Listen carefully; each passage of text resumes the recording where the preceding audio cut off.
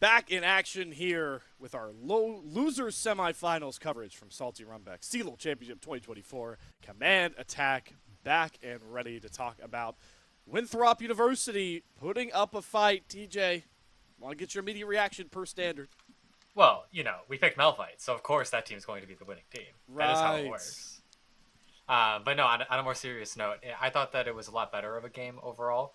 We saw a lot more of what makes a high caliber team actually get done. So stuff like TP flanks, invades in the early game, saving flashes for important moments, that kind of stuff. So that was much better, and that obviously makes it a bit more of a series. So I look forward to the next game, hopefully being the same. Me too. I also hope we just stop seeing Vayne blind pick, please. Like, Slew, get away with this so many times. There have been so many games in this tournament alone. I think up against UST, they tried to do the same thing. And, like, I wish that from Slew we would see a little bit more of a coherent draft identity because I know we said that draft doesn't matter, but it's like, why give players that are so talented tools that are broken? Like, these tools don't work together. I have a Vayne top lane that's going to be playing into Malphite. We have no reason to play this. We're not even trying to lane swap to try to give Vayne like some reason to try to play the game. Like, please, something. Like, I want to see these play. I want to see Surdy succeed because he's been so highly touted as an individual player. I think his skill level has obviously shown that. He gets a lot of resources to kind of do whatever he wants on this team when we look at all of their games across this championship. And Slew are obviously a team that make up a lot of. There are more than the sum of their parts. I think if you looked at this team individually, there's a lot of times where there's some questionable moments, and we've seen it time and time again, not only in this series but throughout this entire tournament. I want to see them do well. And Winthrop are obviously having a good game coming back into the series. We need to see how they actually kind of pull this all together because they are literally all just playing best of ones at this point for them. Yeah, it really feels like it, Alk. And I want to make sure to kind of highlight the scenario here. I'm curious what you guys both think, but there has been a lot of talk about this side of the loser semifinals, right? Obviously, you win this game, you're confirmed top 4 with a matchup against Pfister College in Northwood. But Command Attack, not to disrespect the level of talent on the other side of the bracket, we'll see later, but the team that wins this series, do you feel like you're in a really good spot to make it to that losers finals if you're able to overcome either Winthrop or Slew, depending on who comes away with this series? Well, the other side is going to be a complete pushover, right? It'll be Northwood or Fisher. Yeah. So it's definitely still a competitive side. I did mention it earlier. I love the addition of the losers bracket in this tournament because it doesn't feel so bad of like losing and then my entire season's just over. It gives you Yeah. those second chances. So I think that they kind of made their bet already, right? They already lost their one series. They made their mistake. So even if it is harder path, like you messed up twice or you messed up at least once, right? And so I think that the winner of this is definitely a contender, obviously. But again, I don't think the other side of losers bracket is just free, where it's just, oh yeah, you just get a free win. So Yeah. Are you similar, Alk? I mean, I mean, I have been on the like. I think Fisher is a little bit of a weaker opponent. They also are all allegedly going to potentially be using some more substitutes, so we'll see what that matchup looks like. Again, still going to be on the stream later after this series. But Northwood are a team that we have consistently doubted every single time, and then they 3-0 Old Miss, and then they keep doing pretty well in series. So like, I think if you've made it to this point in the bracket, no team should be understated as to whether or not they can succeed. It's just that breakthrough that I think TJ was kind of alluding to earlier, which is like the level of play is like we've got Maryville, who I think is playing very, very well and are obviously big favorites from the community side. And I think if you ask a lot of the teams to potentially win this whole tournament, UST are individually looking very, very good. And I think if they sharpen a couple of things up, that series between them and Maryville is going to be an absolute banger. And then we've got our like pack of 4 here, down here in the lower bracket, who are all fighting for that potential to make a big upset happen, and they have those really high ceilings. yeah, it's yeah, important to mention. No, go ahead, TJ. you do have to get an upset at some point, right? So like you Yeah. mentioned, Maryville is one of the favorites, and that's fine. But the way I always kind of like to phrase it is like, okay, what's the goal in the season? Is it top 4, top 8? Once you kind of start getting into those brackets, it really becomes anybody can beat anybody on the day. if Yeah. a certain team has a particularly bad series, another team has a particularly good series, or one team studied up on the meta, or whatever it may be. Any team should be able to beat any team. And if your goal is to if your goal truly, if you're being honest with yourself and you're saying, okay, we want to win the whole tournament, you should just be prepared to beat everybody. Again, just win is kind of the motto, but like realistically, you should be preparing to beat every single team if asked to. And hopefully, we'll see one of these teams kind of put that to the case. Yeah, just winning here for SLU in this game 4 means getting to top 4 for Winthrop. It means another game 5 these two teams are all too familiar with. We are into the draft. SLU wanted the blue side again, so they give Winthrop red over. And now the question becomes, TJ, does St. Louis start to adapt their Phase 1 bans here? So far, not the case. I'm not sure they have to. I think that they probably shouldn't give Varus because they've gotten rocked in the bot lane twice. I think they should probably just first pick it. I don't see why we're being allergic to it. We've done it before in this series and in previous series. I think, again, I said it during Game 3 or right before we got into draft. SLU are the kind of team that they will just randomly throw curveballs because they are feeling themselves. They are a lot of confidence players. If you know Aaron, if you watch any of his streams, you know his personality. This guy is definitely someone he's going to rock up if he thinks he's a little bit better. He's going to have a little bit of fun in the series. They also are playing with a little bit of house money. They are up in the series. They have some games that they can kind of play around with. I would really hope that they're not doing this when we're in a top 6 situation, but I like winning personally, but yeah, sure. Yeah, just winning is probably a little bit better.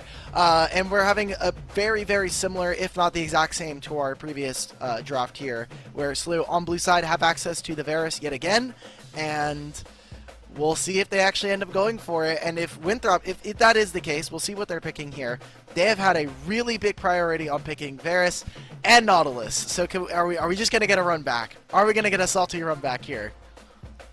It's important to mention, like I believe TJ, you put eloquently last time, the Ash is also getting through these drafts, so yeah, like that's still up there. And yeah, I mean, mobility has now gone from the guy that doesn't play the most Varus in a meta where he is so strong to a game win, a stellar performance in game number 3, and he's going to go back to it. And yeah, they won bot lane 3 games in a row on Varus. Yeah. Yep. Nautilus, like for free in 2v2s, not even like via gank pressures or anything. So why not pick it again? Yeah, if I'm going back, if like we're going in like the locker room after the game, and I'm like, okay, hey, can we talk about like our draft strategy? How our bot lane, like, are you guys feeling anything? It's like, no, we're winning, and we're also getting Varus. It's like, okay, cool. Then we can focus on other lanes right now. Like, I would not be, if I was mobilities and jockeys, I'm not worried right now about what Aaron and SkyTech are going to do the first 10 to 15. They listen to us. They have recognized that Braum exists. We now have official recognition from both teams. Braum is a League of Legends champion. That's awesome. Braum is so good into the Nautilus Varus. It just reduces. I so love much. it. And we're getting Nico. It's just great. Yeah, so you index the Nico into the Braum. Is this the secret sauce that can unravel the Winthrop comp? It's the same core from last time, and I would hope we start to switch up these second phase bans, and they do. I think they realize, TJ, they might have gotten away with one with Olaf not slipping through last game. This time, not going to let it happen. Yeah, I'm quite glad to see that one banned because it would have been the exact same problem, right? Yep. I still think that Gragas is absolutely insane for blue side here. Just really negates everything that Winthrop wants to do, and would really enable Jinx to actually just carry the game. Okay. And I know both their players play it. Yeah. 100%. For SLU, oh my god, there's so many top lane champions gone now. They're getting rid of the Vayne, so potentially opening up here for Cassante on 4, and then looking for a jungle counter pick on 5 here for Wokal. Could be I interesting. think a lot of the value in the last draft was the Jax on 4, though, where it was a flex pick. Yeah, exactly. So I'm glad to see that one banned. The Vi, easy synergy again for the Orianna. If you want to put Winnie on it again, I mean, that's a simplistic answer. Ooh, Skarner, finally. which is a champion, it's a champion that a lot of people just been banning out because of how little a lot of the matchups are understood about him, how annoying he can be. Stenithor, rocking it. Yeah, I was wondering where the Skarner was going to be because we actually been seeing this champion really get banned a lot. SLU have not been one to pick this champion very often. I don't think they've played a single game during this tournament. And I'm just double checking here. We've gotten a few games from Wokow on this champion, but they're relatively fresh on this. They have not been able to get too many games. One, because the champion has been banned a lot, but also they haven't shown a ton of priority. Some teams, I think it's been very interesting to see how Skarner priority has turned out this tournament, because some teams B1 this champion, and other teams have been a little less on the Scorpion. Here was the other one, just like Olaf. Gwen just absolutely can take over one of these games where there's not so many ways to deal with her. So glad to see that one. And Gwenethor. Oh my god, it's Gwenethor. Oh no. Good use of the Skarner. You know, we were talking about like utilizing flex picks here on 4, and so far the Jax, again, we were talking about it now, the Skarner here doing a really good job. They do also get the Xin Zhao locked in here for Winnie. So potentially going to be able to block some of the damage that mobility can throw out. But I think in this game we've seen on-hit mobility Varus, we've seen lethality Varus. I mean, this is a clear-cut TJ of another on-hit game into this Braum, into this Cassante. 100%. I'm really excited to see this draft. I think that Winthrop is in their pressure zone, right? Like not comfort zone, pressure zone. They have to win. And this is definitely a type of draft where you're able to get a win. Where Slew, maybe they're not feeling the pressure yet, so I would not be surprised to see this game go to a size of Winthrop. Well, I certainly would love a game number 5, and so would Winthrop fans. And let's get to Summoner's Rift for what could be the final time in our losers semifinals bout. If Slew have anything to say about it all. You know, honestly, Slayer, I've been pretty happy about this. We finally got a 4th game. You and I don't know what it is, maybe something in the water, definitely has something to do with us. There's no way the intangibles of having casters on air completely divorced from team side. We just keep getting 3-0s. So I'm glad that as a broadcast, we can bring us on to finally get a 4th game. I'm happy about that. Also just adds a little bit of stakes, and I think it would have been really disappointing and a bit of a whimper for Winthrop to just go out 0-6 at the end of their season. So going for an early invade, not only did they want to try to see if maybe Winthrop are going for some early lane swaps, but getting some early vision to try to track where Wokow is going to be going. We didn't talk about it too much, but like TJ was saying there, Denethor is going to have such a good game to be able to play Gwen. Shouldn't be under threat versus an Orianna, and versus some of these melee champions, going to be so hard pressed to try to deal with her. Denethor also individually on this champion has had so many pop-off carry games. This is a champion that we are looking very, very much forward to see him really kind of do something a little bit special here and have some of that Gwenethor magic. We talked about in the pre-show, Alk, that Slew haven't really shown that they like to lane swap. They're going to try it here into that bot lane to try and just nerf Denethor down. I like that with the Cassante, but seems like Denethor is on his own little mission, looking to come back topside. I'm curious if... Nope, it's to find enemy jungler. He is here to find the enemy jungler, and if he ever needs to get out, press Ghost, press W. Well, he's going to find it. He's going to find Surdy as well. Flash forward here from Winnie. There's that Ghost. They do get the knock-up. Surdy pops the Ghost as well. They do get the stun onto him as well, but Chucky shows up to make sure it's just a summoner spell check, and Denethor just still trying to be an absolute menace. Yeah, Denethor doesn't need to worry about it. You would have thought, okay, you have Gwen and Cassante. That's typically a good counter matchup for you inside of the lane. You also have the Varus, perfectly okay, but they want to try to get as much gold onto mobility in this case, and they already know that Denethor is going to be doing well for himself. So instead, cool here from Slew, trying to go for a wraparound, either trying to just protect Surdy here to make sure he gets the gold, but this is going to open up Wokow now to have so much gold and experience on this Skarner. Skarner individually has a lot of damage right now before the nerfs, and I'm really interested to see how much experience it can kind of get onto the Scorpion. We're going for a dive, boys. Yeah, he's level 3. They get the root. They throw Surdy into that wall. Winnie very low, does not have that flash. Chucky's able to flash out. First blood over to Denethor. Oh my god, Skytech shows back up. The Drench Line lands onto Surdy. Do they have enough damage? The exhaust on a mobility no. makes it difficult. It's a double over to Skytech, and one more Q nearly stuns up Denethor. Slew's support might have just saved the early game for St. Louis. Okay, so Slew get 2 kills. It's on to Skytech, which isn't great. A lot of that gold and experience is going to be collected by Surdy and Skytech for their being there locally for it. That was a dive of all time. Yes, it's the early game, but again, you are like level 2, level 3. You guys don't have a ton of experience or a ton of resistances, and the turret deals a hell of a lot of damage, especially when it's ramped up for that long. So Winthrop able to come out a little bit on the worst side there, and honestly, because of that, because they spent so much time trying to get that play going, Winnie dying first, he's now able to finish some of his camps and try to catch up versus Wokao, who could have, I think, really slungshot himself way ahead of his opponent on this Skarner.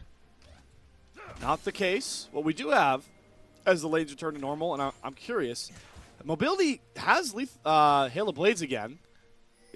I don't know about a lethality build in Varus. I just don't think you're going to ever get the value of the piercing arrows into a Crescent Guard, a Braum Shield. Like, these are never going to be really chunking the targets you want them to.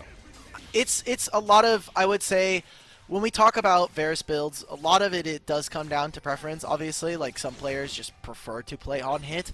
I think that there is some arguments to say that maybe the on-hit variant versus a Braum doesn't really matter which variation of build you're going. You're just always going to have to deal with a Braum. And versus an Orianna and a Jinx, even a Xin Zhao, if you stay out of range of Xin Zhao and are able to poke him out, you can either force his Crescent Guard early, or you can try to force him out of a fight entirely before we get into an objective. So I think the logic behind going for a on-hit build here is, or going for the lethality is fine. We've also seen some people just say, I want to use Hail of Blades to try to proc my, all of my Blight stacks and still go on-hit builds. Yeah, it certainly is a flexibility there. That's what I love about casting with y'all, is that I get to learn as well. That's what TJ's here for, man. I just say the words really nice, and then he comes on and he starts spitting all the facts, and sometimes gets a little upset about the teams. But that's okay. We all do. We all do. It's because we all care, and that's why we are, in fact, here casting and watching these games. As we do see Winnie coming up top side, has that control ward. Do they want to go for Denethor here? He has the Ghost back available if he'd like. Flash not up there for Winnie just yet. Sortie is going to push the tempo. Wokao is nearby. We'll get the knockback, but here comes Wokao through the wall here. Won't get the stun in any wall. Ghost popped there by Sortie. Winnie here as well. Ghost by both top laners popped, in fact. They're going to drop some damage onto Wokao. Throws a boulder right back at their face. I think everybody's just going to walk on out of this. I love that Skarner just has a really cool poke ability. Also just deals max HP damage for no reason. I just love quaking. Oh. Ooh. Okay. Have to be super careful. Now, Denethor doesn't have TP, so he really wants to try to stay here. This wave is also pushing away from him. So, up to Sortie. Does he want to try to push this to try to get a recall in? Does set themselves up to try to grab the grubs. Sortie has been really, really good in a lot of their games of paying attention to his wave state, making sure that he causes the enemy top laner to be in a really, really disadvantaged state. And we're seeing our mid laners here really battle over mid control here. Darkwings has ultimate. He should have control of this wave. And just kind of buying space for Winnie to be able to take this objective as Wokao, thanks to our Fog of War trigger here from our observer, Darkwings has to use a flash. Excel's impact. Gets the flash off of Darkwings. We've seen both these mid laners take over their respective games. So it'll be very fun to see how, in the same matchup, they both decide to evolve this one. 3 grubs, like you mentioned, over to Winnie for free. Gets that scuttle as well. And I wonder when Wokao will try and make his way back down towards that dragon, but he is getting invaded. He should, if you're Winnie, you should continue to play towards this top side. Not only do we have Sortie on Cassante, a champion that he really made a name for himself on when he was on that Team Liquid First roster. Rest in peace to the Team Liquid First roster entirely. But he got a level lead, so now he's up in experience. Yes, they gave over to kill the Denethor, but if they can set him down or set him behind, Salute could put themselves at a really strong spot in this game with Cassante being able to just rip through a front line and take someone out from a fight. Yeah, that all out is available if a skirmish breaks out in this jungle, but it won't, as everyone settles back down. A bit more of a calm, more calculated early game from both of these teams. And that's kind of the stakes you get once you get past the opening 3 games, I feel. Oh, Sortie. Oh no, the timing on the Unstoppable! And now he'll go unstoppable into Denethor. Still doesn't have that ultimate. Sortie able to dash out. Skytech throwing up the shield. They're going on to Denethor's when he jumps in as well. The rocket tanked up by Chucky's boat. Denethor is down. These health bars so low, but it's the tanks that need to clean it up. It's Wokao to find Winnie. And now Skytech and Sortie have to run for the hills. Ixtal's impact going to get brunted. Great stun comes across there from Sortie. Skytech flashes. Chucky's follows him. Supportal combat goes to the Winthrop side as they win another early skirmish. Slew just getting super close impersonal with these matchups. While yes, it is kind of helping that Wokao is getting a lot of gold, we're also seeing Chucky's trying to get involved here. Denethor right now, I think, is a pretty big loser in terms of these trades right now. He is just taking the brunt of all of these ganks. Surdy is starting to get more and more of a lead for himself here. It's not going to be, I don't know how much it's going to, wonderfully timed channeled recall with his little clone there. Good job. But, I mean, for the most part, I just don't know how much it's going to matter, right? Like, you're still trading a lot of deaths onto Xin Zhao. We're seeing Darkwing still hold his advantage over mid lane, but Gwen is eventually going to reach a point where Surdy is not able to really deal with them in a side lane. That point would be a big area for Winthrop to find the winning angle. A draft that Command Attack feels like could force us to a Game 5. Still pretty even. Slew holding a slight goal lead. Dragon still not getting taken. Looking for another skirmish here. Double root comes across. There's the shockwave down. They don't get the impale because the rocket sinks through first for Aaron. And now Chookies and Sword have to pedal back. Slew putting up a fight. That felt like a certified Winnie moment where just every fight looks like a good fight for them. And a lot of the times it does end up working, like we see there, the Jinx being able to add some cross-map value there. But one of the criticisms I do have about Winnie is sometimes he puts his team in a bit of a disadvantaged state. He's like, okay, I'm going for this fight, and then it's like, oh, everybody needs to come and save me. They get kind of jeopardize their positioning, and suddenly it's a lost team fight right there. They're able to make good on that, grab the kill for themselves, get Jinx involved in some of the plays that are happening across the map here.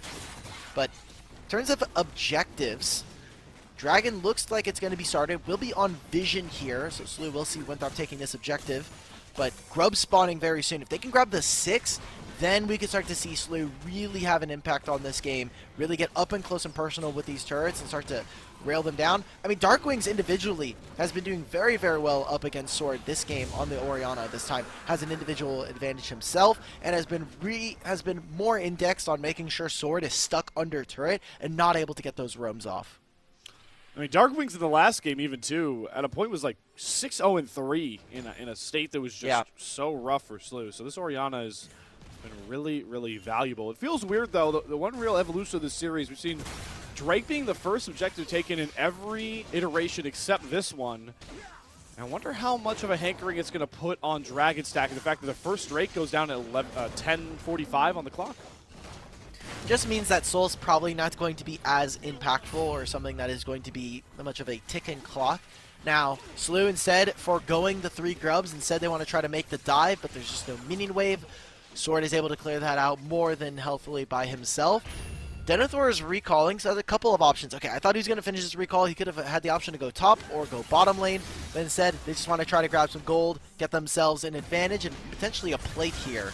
Oh, shockwave though onto Chookies. Crescent Guard as well. They get the Braum stun, and we get Aaron another kill. The hyperscaling Jinx that didn't really heat up in time for Slew last game has 2 early kills this time round.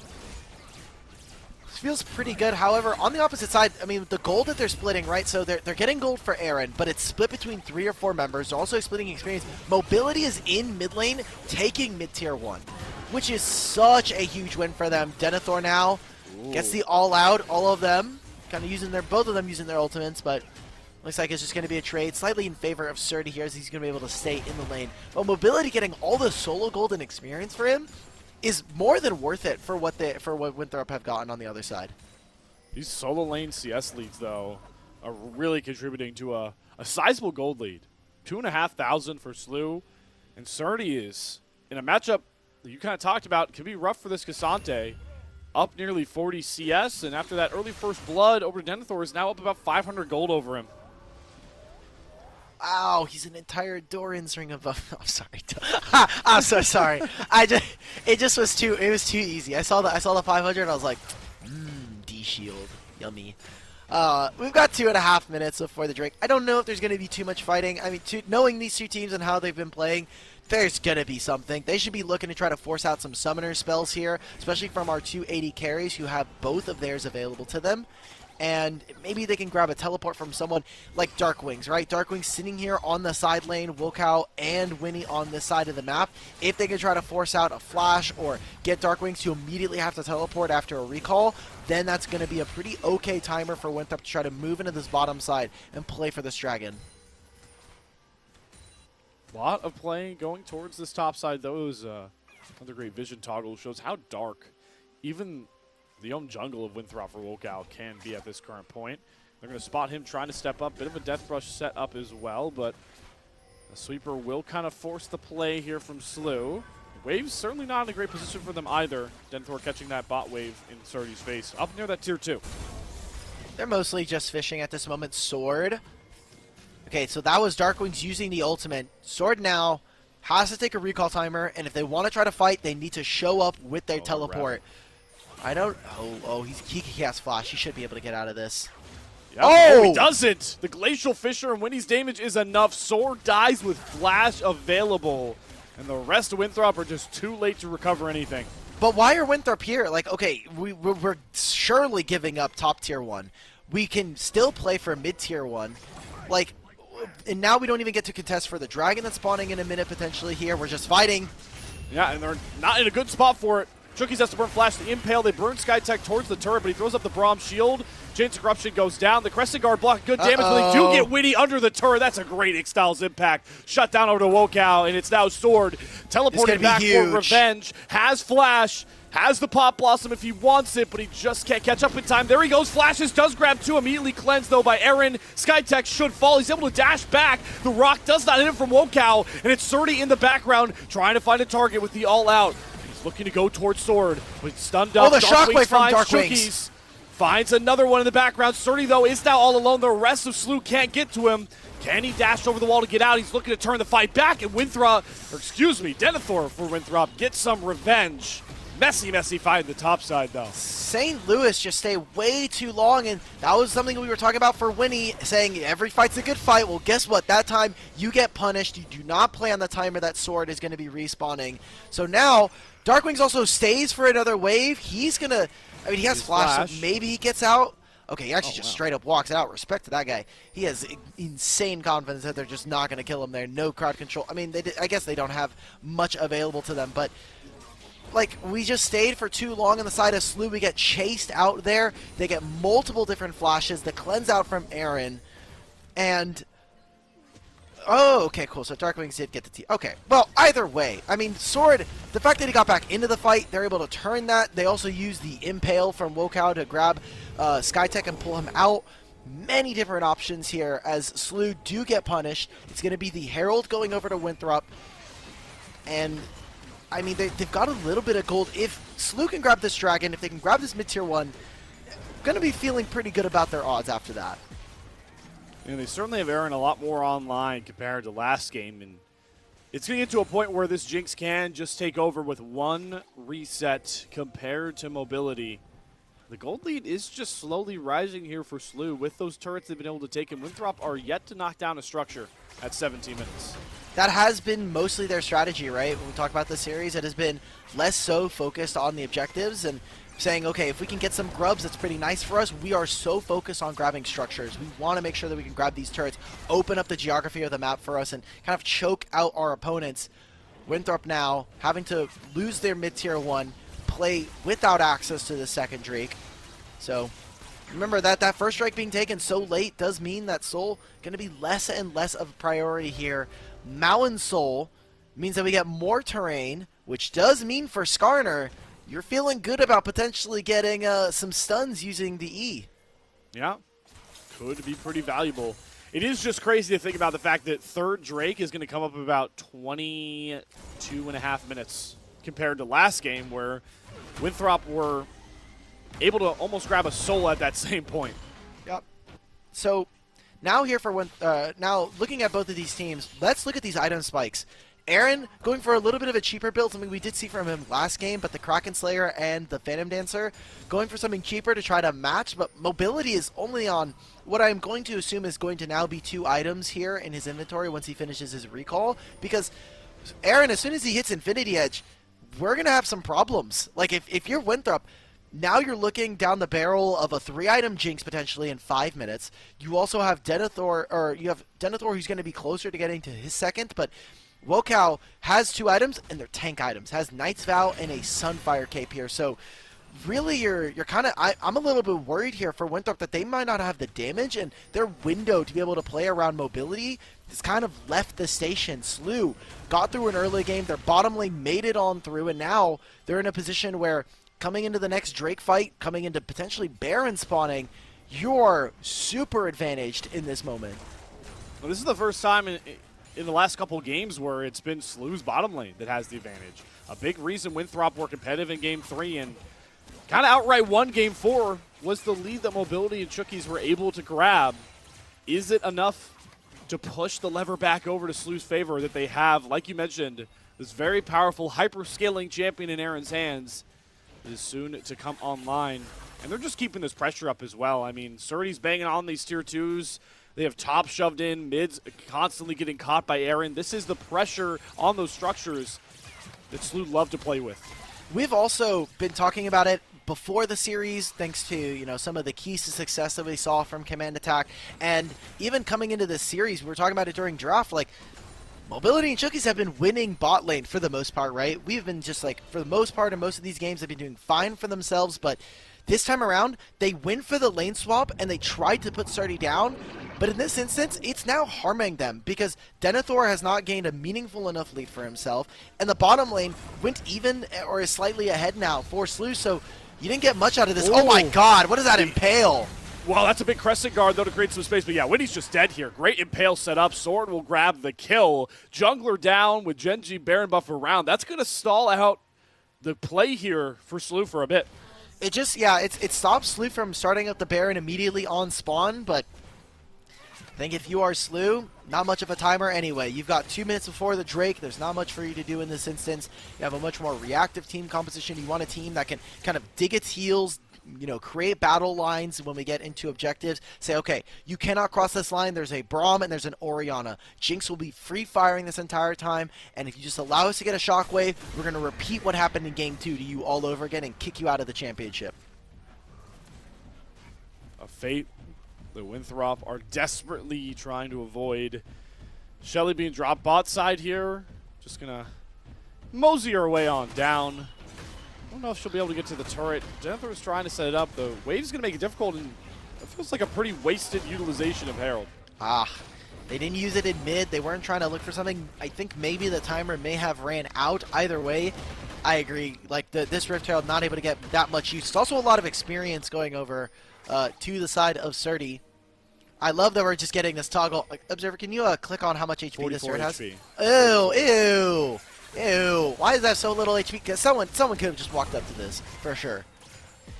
Well, I mean, SLU, it's that mid-pressure again, right? They're not even letting the mid-wave get anywhere near neutral territory. It's just constantly shoving into mobility. But they're going to look to fight Winthrop potentially over these wards. Skytech not letting them get any advancing vision. It's really just putting the Golden Eagles in such a chokehold. Denethor using the Ghost. Still has the 1,000 cuts, or still has the ultimate available to them. And we've now got Dragon spawning in 15. This kind of feels like a do-or-die moment for Winthrop. Your entire season has come down to this. You're in lower bracket. You're down 2 games. You've just now won once. You have some momentum there. But you had a lane swap that didn't go all that well. You had an early game, couple of skirmishes. Your bot lane, who has been winning for most of the series, is not looking great right now. Or is going even with a Jinx Braum lane. And now third Drake. Again, not at soul point quite yet. You do not have to completely risk it. But I think if you are going to continue at this pace, you're just letting SLU get away with murder, basically. Winthrop are battered, beaten, and tired from the opening of this series. But they've got to muster some strength here to continue on with the marathon that is this best of 5. This Drake seeming like the inevitability fight, like you mentioned. And they're going right on top of the Chuki, just looking to burn down this Nautilus. Has to flash and use the Dredge line to get out, but that Glacial Fissure so well. Impaled from Wokout, trying to set up the Pop Blossom. Drops down, but the kills just aren't coming across yet. Denethor is stunned up. Nobody gets to Aaron. Darkwings picks up a double. And here comes St. Louis University. They are looking for the knockout blow. There it is, St. Louis. They find Chookies, they find the fight, and even through a Pop Blossom, even through Gwenethor, it does not matter. SLU find their fight, they find the Dragon, they're going to continue to compound this gold lead. And they have got to be feeling it. Victory on the edges of their fingertips here, as they're looking to try to take this final game up against Winthrop. They still have some fight in them. I think if you're Winthrop, you're looking towards Denethor. Can he finish that second item? Can we see Mobility actually get to some of these more big item spikes? But I mean, he's going to have Muramana soon, so that's going to be a pretty huge spike for Winthrop, and you are going to need every last bit in this last game. As Aaron, he is tiptoeing his way. He's almost there. He's got the pickaxe. He needs a BF sword and a cloak. A little bit of gold. Then that Infinity is going to come on through, and we're going to be seeing them really start to hammer home this objective win. On the other side, Gwynethor, just a couple items short of the Nashers. Sword not at his 2 item spike yet at all as well. It's really just Wokow, who, like you mentioned, it's just tank items, which, yeah, it's nice for survivability, but you're only going to survive while the rest of your team kind of crumbles, it feels like. I'm building tank, and my team is behind. Well, there's not much I can do. I mean, in terms of build, I don't think there's much that Wokow can actually change. If you really wanted to get a little spicy with it, you could try some of the mage / like bruiser items, like maybe like a Black Cleaver or Leandries, but that's kind of getting into some dark tech there myself, so I'll leave that to our guest. Either way, this is going to get increasingly more difficult here for the side of Winthrop. They do have good ways of being able to engage. To be fair, the big carries are just not being able to show up in these fights. Like Sword, his Nico, I'll give him his thumbs up. He's doing his job. But Denethor does not have that same pressure that we would expect from him on the champion that we know him for. And also Mobility. With this Varus, we're just not making a lot of picks. Like we should be, in my opinion, I think we should have been seeing him looking for picks onto Aaron. Now that the Aaron does not have any flash or cleanse, they should be looking for utilizing the chains of corruption to try to find something. And they have been missing time and time again, which is not what you want to see in a moment where, again, you are down 2 games. Every game is a best of 1 at this point for Winthrop, and they really need to be able to tie together these wins. They need to be able to tie together some sort of defense with this Genji Baron around as well. Look at that item. Look what's in Jinx's got inventory. It's 3, ready to go. Also, that ward not being spotted by Pink Ward is actually insane, but whatever. That's 3 items for Jinx here. It's so scary. Again, if Mobility is able to finish off this Muramana and they can start to kind of throw arrows down range and they start to land, there's still a case here for Winthrop to be able to have some fight, but it's just going to get more and more difficult. Sword on a flank, tries to get a little bit of Tangle Barbs down, but I mean, they're just not looking for anything. There's so little vision for them to actually be able to play. They don't know if, okay, we find this pick onto Winnie, or there are 4 people behind him. We know that Surdy's there, so we can kind of keep eyes on them, but how else are we going to be able to start a fight here? They have Denethor and Surdy that can both teleport down. They have the Rocket Belt onto Sword as well to find an angle. The cleanse, though, back up for Aaron. Doesn't have the flash. Chucky's looking for an engage. They're going to Skytech. They impale him, pulling away for the rest of the team. The shield does go down. They're going to look to burn through the front line, but Skytech gets out. Chucky's does fall. Trade supports. Aaron gets the reset. Gets excited. Pushes Sword off. Piercing Arrow's just not hurting enough, and a trade of support's has to feel nice for St. Louis. They're going to be able to clear this wave. Mobility uses the Ghost here. No longer has Chain of Corruption either. So they're going to be able to push this mid-wave in. Looks like we're just going to have to take a reset, and we're getting ready for that Dragon. Again, soul point here potentially for Slew if they're able to grab this Drake. And more tank stats as well. Both of these teams do have a few tanky members that could really utilize the additional stats provided by a Mountain Drake by itself. But I think more importantly, it's the intangibles of this Drake. The fact that Winthrop may feel forced to try to play for this objective, may feel forced to try to get in, try to find any kind of advantages when... Look, you have 3 grubs. I think this is a moment where you kind of just give this up, say, we're going to try to play for soul. We think in 7 to 8 minutes, we're going to be a little bit stronger than our opponents, or maybe try to match them. Let's just try to get some gold, try to match some of these turrets, get a little bit of structures on our side to make sure that we have, some kind of chance at fighting for a potential Baron soon. Yeah, 1 turret at 28 minutes is a rough game state to play in with everything on the board. They do get mobility done with that Moramana. So they have a bit more damage behind this Varus, and they do have control of the river, and they're going to go for a classic. Oh, we're just death brushing. Okay. All right. Let's see it. Winthrop, it is all chips. Bet on a potential death brush. It's been warded out. No one knows where they are. Denethor is the only one to show. but they decide, hey, we spent way too much time on this play. We just got to move out. Their bot lane is pushing in favor of Slew. They have access of mid. Winthrop, you either have to spike the Baron or you got to do something here, man, because you're just going to lose out on the Dragon. You're not even going to try to contest. You're not pushing on any of these waves. They bet all in on that Death Rush working, and unfortunately just didn't work out. It's like a boa constrictor starting to slowly suffocate Winthrop out. And they're struggling. They are starting to feel the pressure. Starting to feel everything close down for them. Like you mentioned, Mountain Soul now going to be available in another 5 minutes if Slew want to continue to play this slow. And man, 3 Mountain Drakes with a Mountain Soul. I mean, how do you cut through that, especially if you're a player like Mobility, who's now getting Flash Glacial Fissured on? Had to burn the Flash himself, and SkyTech will take that trade 7 days a week and twice on Sunday. There we go. That's another access. That's them saying potentially we could go Baron here. If they want, they know that Mobility does not have Flash. She is such an easy target for someone like Surdy or Winnie to get on top of. And now they can go in, move into topside jungle. You took away that mid-tier 1, so guess what? That means Raptor Pit is super free. You can start to put down vision and clear it away from Winthrop. Turn this topside jungle into a dark void where they have to walk into your opponents. So now posturing a little bit aggressively. If they want any tag they find, if they get like the Winter's Bite, they can follow up with Winnie. Cleanse coming out from the side of Aaron after that chain of corruption. So they do get that one pick. They're looking to burn SkyTech. Oh, there's the shockwave though. Winnie is going in. The impale too late. Wokow is already burned down. Jungler drops for Winthrop. The green light to Baron for St. Louis.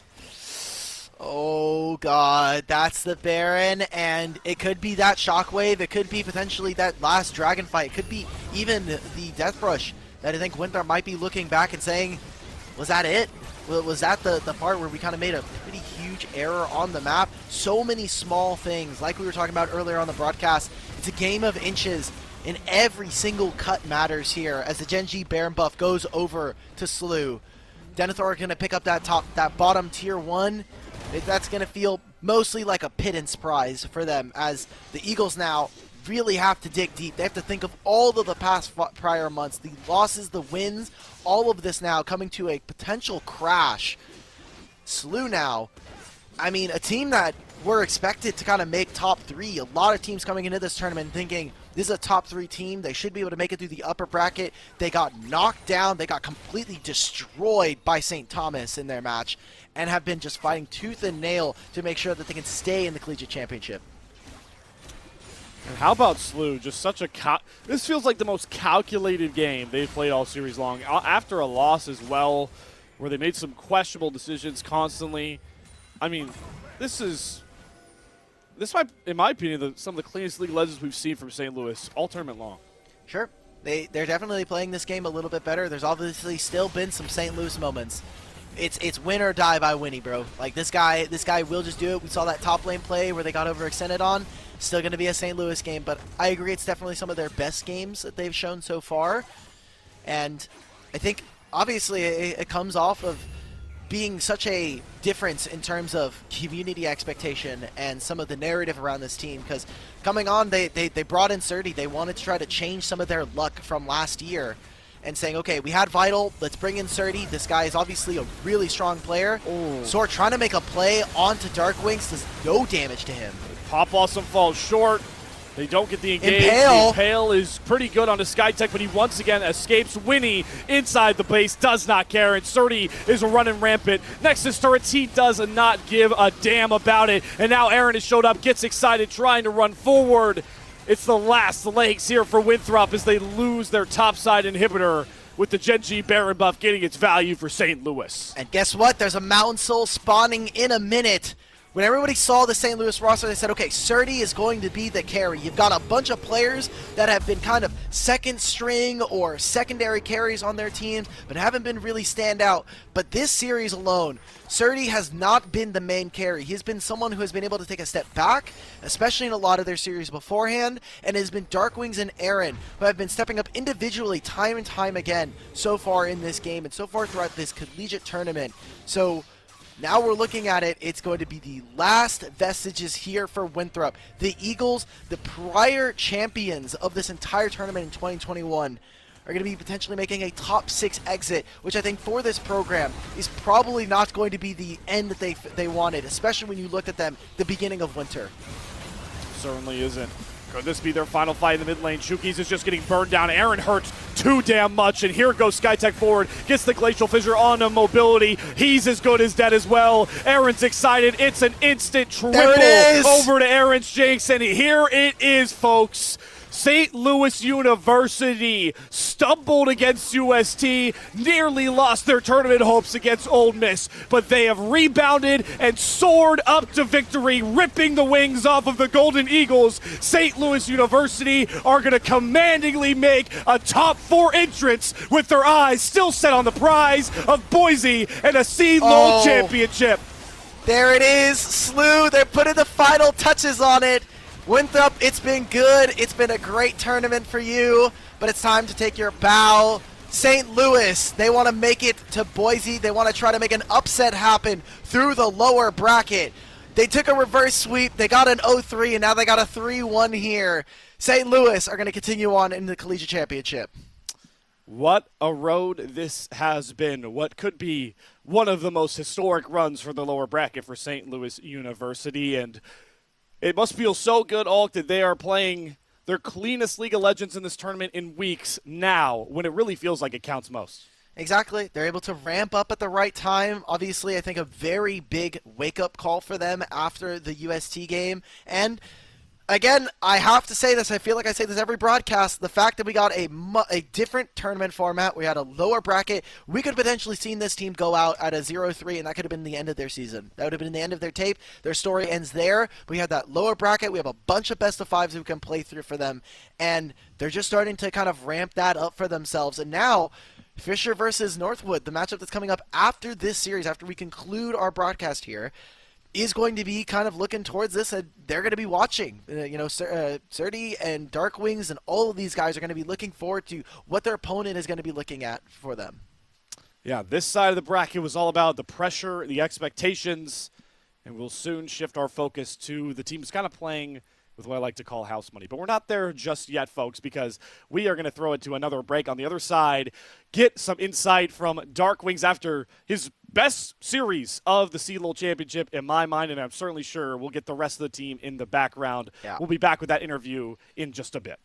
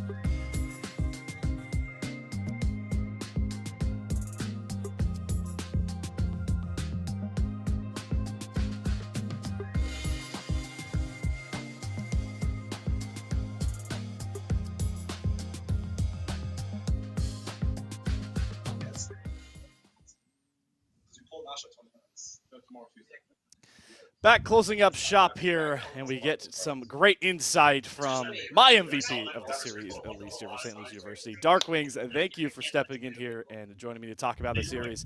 Just right off the bat, my friend, I just want to get your reaction. I mean, this CLOL championship run has been, a roller coaster for you guys, but how you feeling after your most commanding series win so far?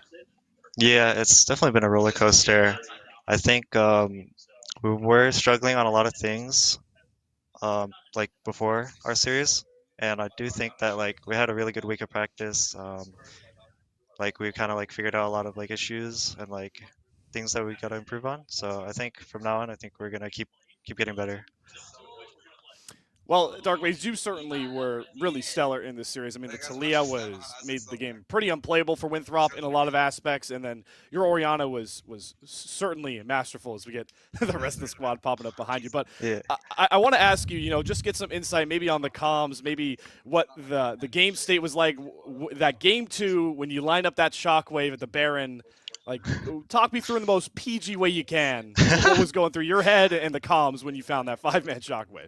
Well, we were kind of not in like the best position, but they were doing Baron fast, and like Winston's like, okay, I'll try to steal.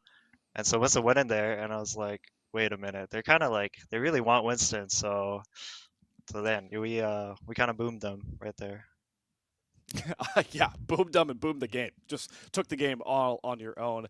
I do want to talk a bit more about this series. Obviously, you know as well as I do, having a guy like Surdy on your roster, he could demand a lot of attention. He could play so many carry champions, but we really saw an adjustment from you guys. Surdy kind of stepping back, willing to play those tanks and really try and set up you and Aaron to perform. Was that a conceded effort to push in scrims, or is that just another facet of your guys' game?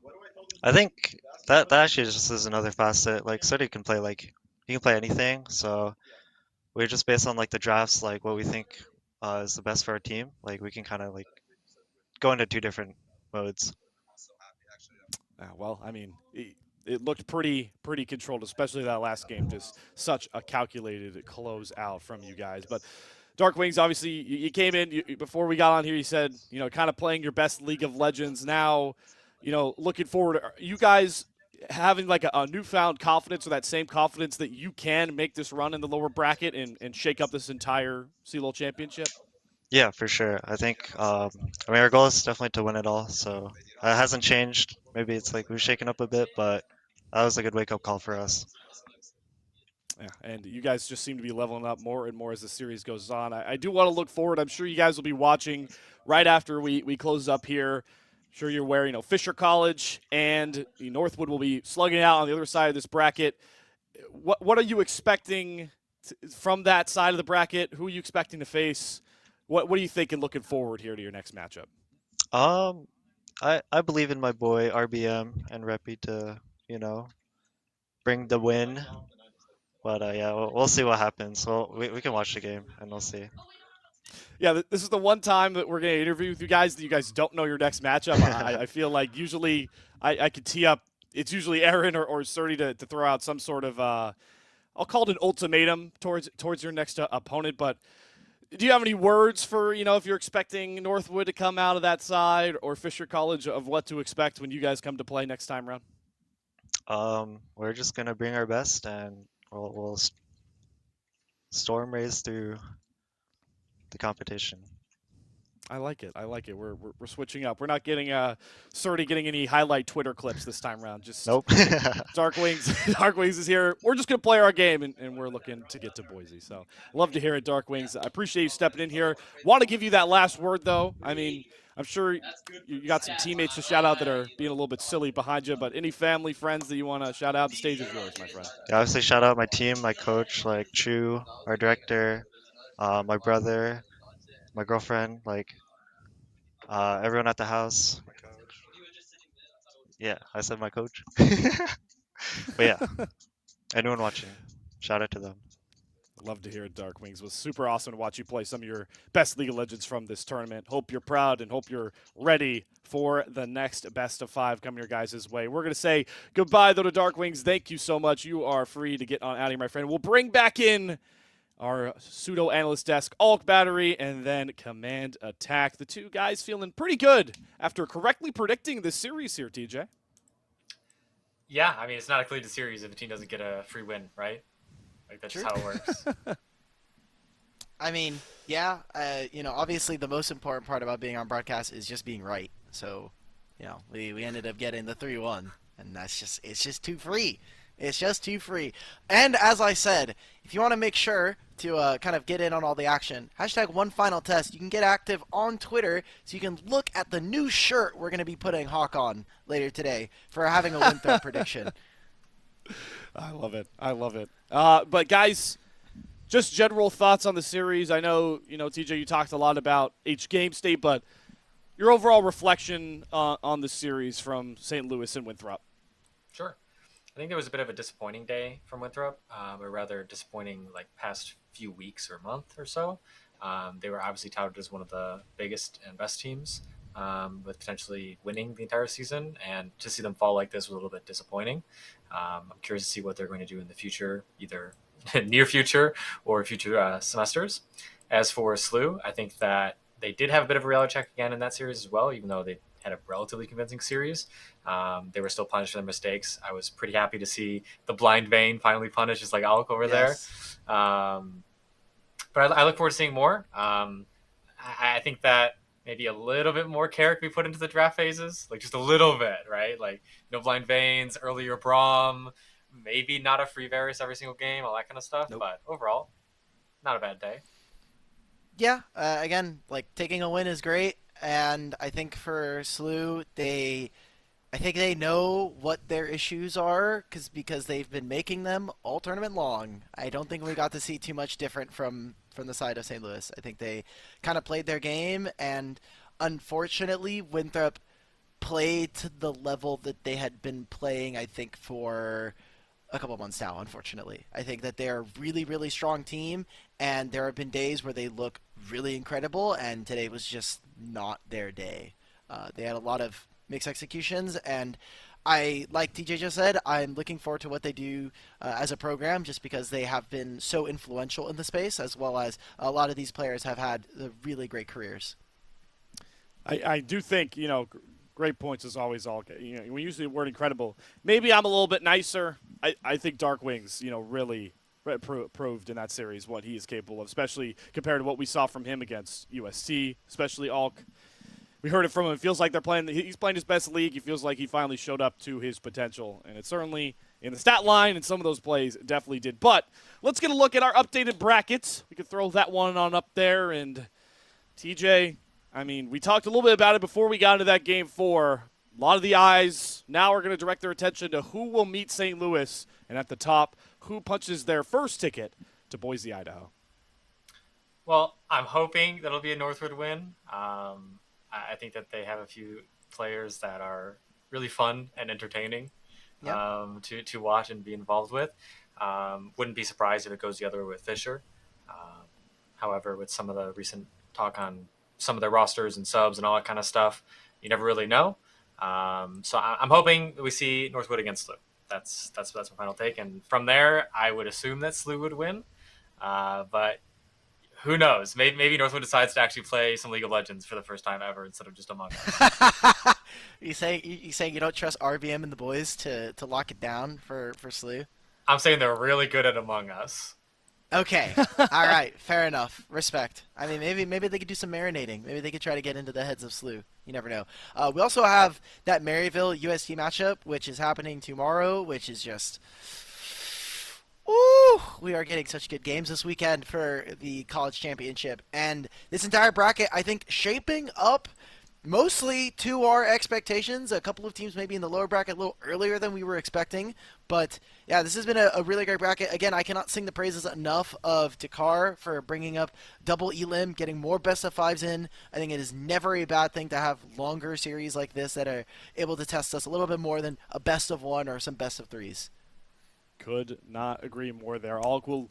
Next, go ahead and move on to the schedule moving forward. It is getting pretty simplistic on that front, as right after we wrap things up here, we will be going to a short break, maybe a bit of a longer break. I'm not the one that makes the rules or the schedule on that front. Sure. Oh, pretty short break, I've been told. So pretty short break, and we will be back in action with the other side of the lower bracket, Fisher College versus Northwood, which is looking like it should start right about on time there. So don't go anywhere on the Salty Runback channel, as that will be. And then as Olg also showed, I know it's not shown up here, that upper bracket matchup best of 5 is tomorrow on Salty Runback. So remember that. But that is basically kind of closing up shop here, folks. All we got really do is shout out our good old sponsors that made all this possible once more. Yeah, Gen G and Old Miss, thank you for their contributions to the stream. And obviously, if you want to be able to donate, this will be running throughout the entirety of the month. So make sure that if you want to get any last bit donations, you will be shown on the ticker at the top here when we're usually on the analyst desk there.